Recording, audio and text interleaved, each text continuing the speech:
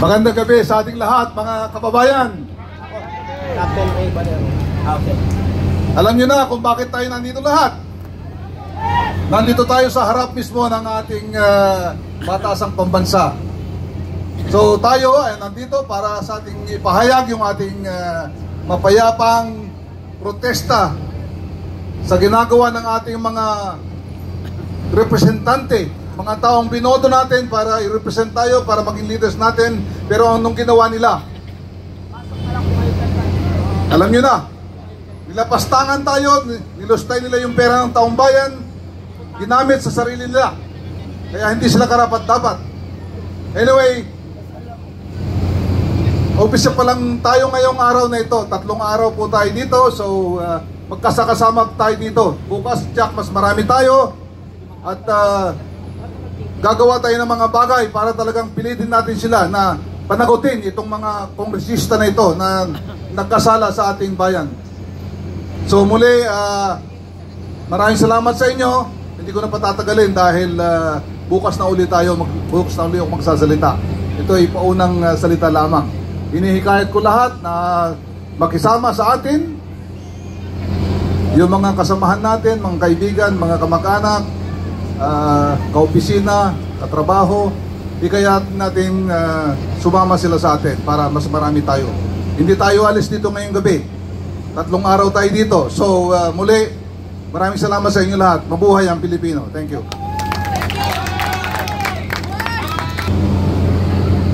Kamakailan lamang po, mga kababayan, Maraming salamat. ibinulgar na ang milyon, bilyong, trilyong piso na atin hong binayad sa ating buwis. May magnanakaw. May magnanakaw talaga eh. Umamin eh. Maglalakas ba ng loob ang kontraktor kung walang kasabuat?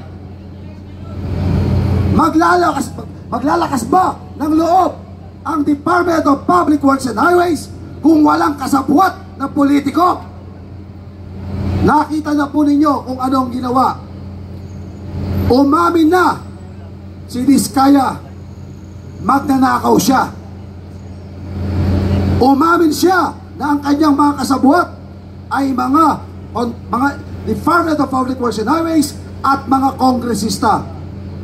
Napanood po ninyo, ginagawa pong tanga ang sambayan ng Pilipino. Bakit? Alam nyo bakit? Binaliktad po nila ang kwento.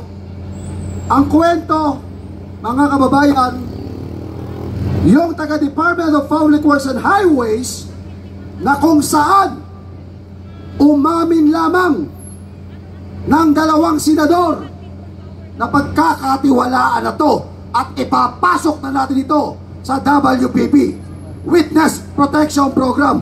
At sino ho yung nasa WPP? Walang iba po kung hindi ho Secretary Boying Rimulya. Yung nagbanggit ho ng kasangkot ang DPWH at kasangkot ho ang napakaraming kongresista, sinungaling ka. Anong sabi ng Kongreso? Walang kredibilidad to. Sinang-ayunan po yan nung isang senador na uto-uto, ay uto-uto, Soto.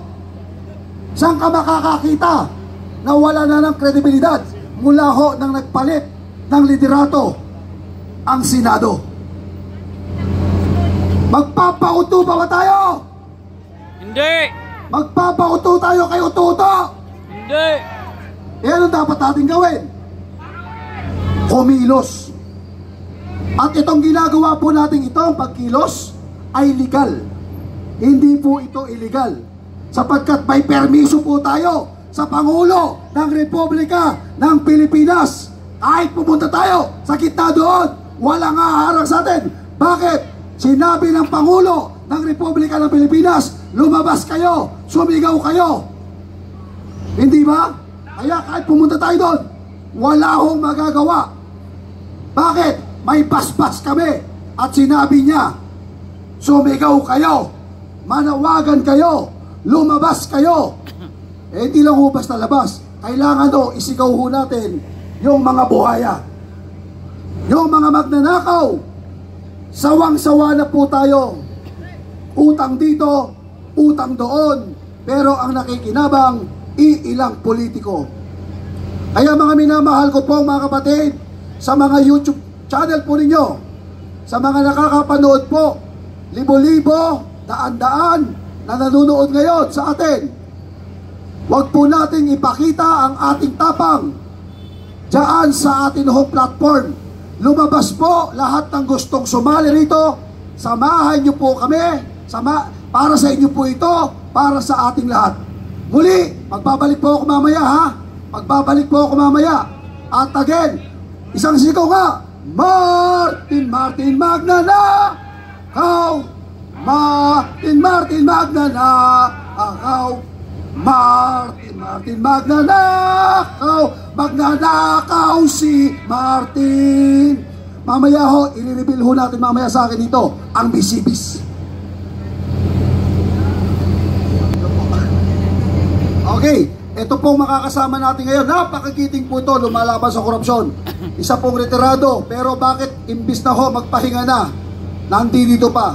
Dahil itong taong ito ay tunay na may malasakit sa ating bayan. Walang iba, retired Captain Ray! Magandang gabi sa inyong lahat. Napakinggan namin ni General Romy Puques yung panawagan nyo kanina. Kaya tayo nandito. So kami humahanga sa inyo, nagsasakripisyo kayo dito at nagpapakahirap para lang labanan ang nangyayaring korupsyon. Huwag niyong ituring ang ating mga kapulisan na kalaban natin. Kakampi natin sila. Itong ginagawa natin, gusto nilang isigaw pero hindi nila maisigaw. Ang ating mga kapatid na sa kasundaluhan, gusto rin gawin ito, hindi nila pwedeng maaring gawin. So ang gumaganap nito, taong bayan. Eto, pakinggan nyo. Sa oras ng halalan, kahit anong sulok dito sa bansa, kahit iskinita, pinapasok ng mga politiko. Tama, mali? Tama! Kapag nanalo na sila, bumalik pa sila sa taong bayan at sinabi ang ganito? Hindi! Dahil tinulungan nyo akong maupo sa pwesto ko, ano ba ang gusto nyong gawin ko para maibsa na ang kahirapan nyo? May gumawa ba yan? Malaking pagkakamali na yung nangyayari sa bansa na hindi na to biro. Dati ang nakawan, libo, naging daang libo, naging milyon, ngayon bilyon, umabot ng trilyon. Pag hinayaan pa natin ito, wala nang mangyayari sa bansa natin. Isipin niyo ito, tayo ang nag-upo sa kanila sa loob. Yun ang perception ng karamihan. Pero hindi natin naisip kung tayo talaga ang nag-upo sa kanila, hindi nila gagawin ito sa atin. Pero bakit ganyan sila? Dahil mandarayang machine sa Smartmatic ang nag-upo sa kanila, hindi taong bayan. Yan ang katotohanan. Malalim na problema ng bansa. 3 araw tayo magsasama-sama rito. Hindi tayo natatakot dahil kakampi natin. Wala tayong kulay rito. Kaya nga nung nanawagan kayo, napakinggan namin ni General Romy. Sabi ni General Romy, puntahan natin, kawawa naman sila. Kaya po tayo nandito. Tapos may nanawagan kanina na iniimbita nila kahit mga liberal, kahit sila mga supporter ng Duterte, kahit lahat, pinanawagan kaninang umaga. So, napakinggan namin yon. Yun ang maganda kasi wala akong nakikitang bandera rito, makabayan, walang liberal, walang pro-Duterte. Kaya hindi dumadami ang tao sa kalsada pag nag-rally. Pag nakita ng tao na politika, nauumay na. Umay na ba kayo sa politika? Gusto niyo na ba ng tunay na aksyon? Ulitin ko gusto niyo na ba ng tunay na aksyon? Meron akong challenge sa inyo. Lahat na nandito, may challenge ako sa inyo. Challenge accepted! Bukas o mamayang gabi, mapuno lang natin ito. Lulusubin natin sa loob.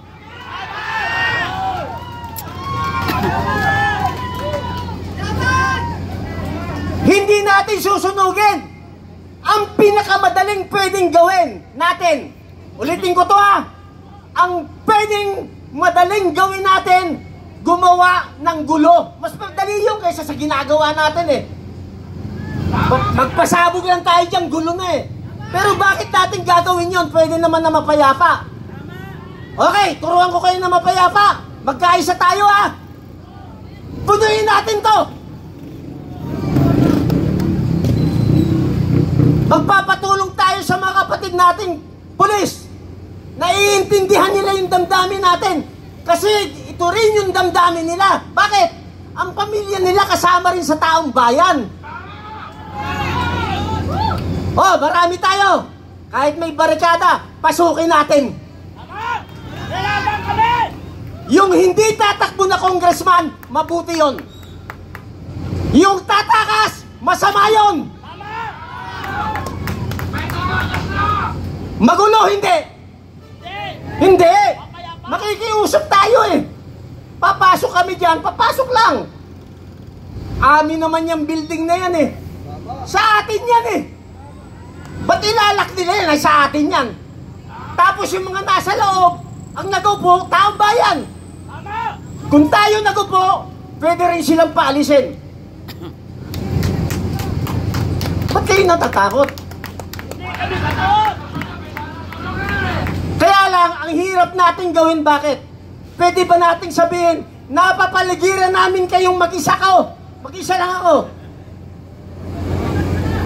Lulusubin namin kayo, 10 kami. May nangyari bang ganon? Paano tayo? Marami tayong kaibigan gusto na ng gulo.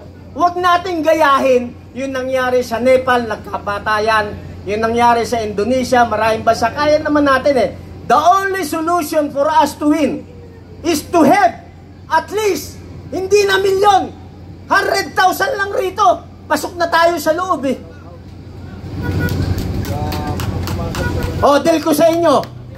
Pagpasok sa loob, kasama nyo ang 80% na retired military.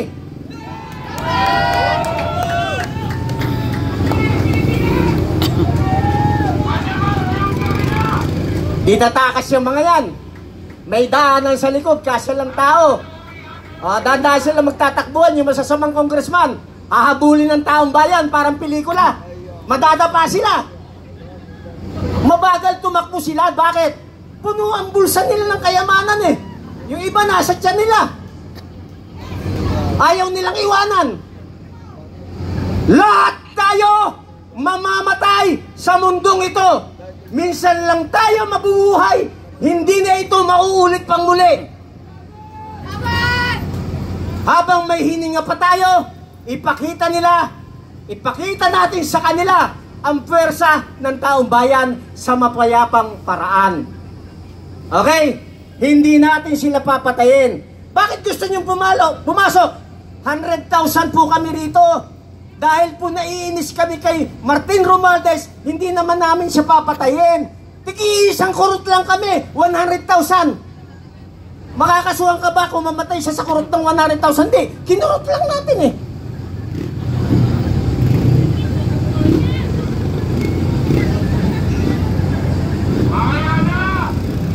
Ang bansa natin, hindi mababago kung hindi tayo aaksyon.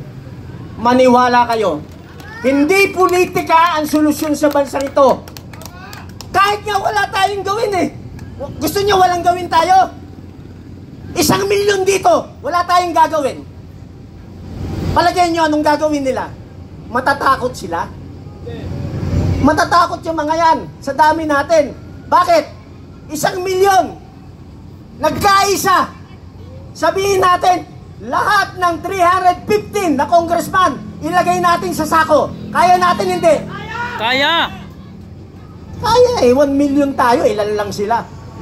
Kaya.